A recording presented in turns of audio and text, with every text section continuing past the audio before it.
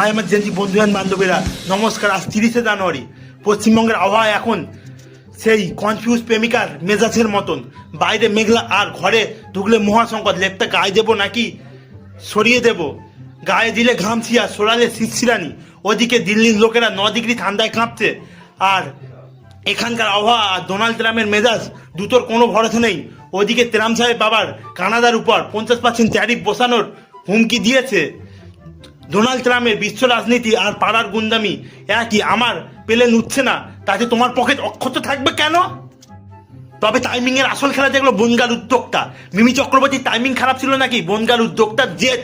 রাত 12টায় লোকাল থানার পারমিশন শেষ হতেই তিনি মিমি তারকাকে সোজা স্টেজ থেকে নামিয়ে দিলেন।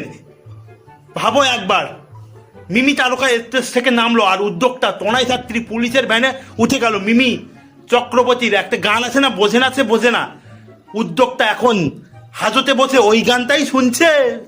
ওদিকে গভর্নমেন্ট বলছে 16 বছরের নিচে সোশ্যাল মিডিয়া বন্ধ। ভাবো একবার, বাচ্চাদের পেমেন্ট তাহলে কি হবে? যাদের রিলেশনটা শুধুই টিকে ছিল ইনস্টাগ্রাম রিল আর স্ন্যাপচ্যাটের উপর ভিত্তি করে, কারণ এরা তো মেসেজ করতে জানে না।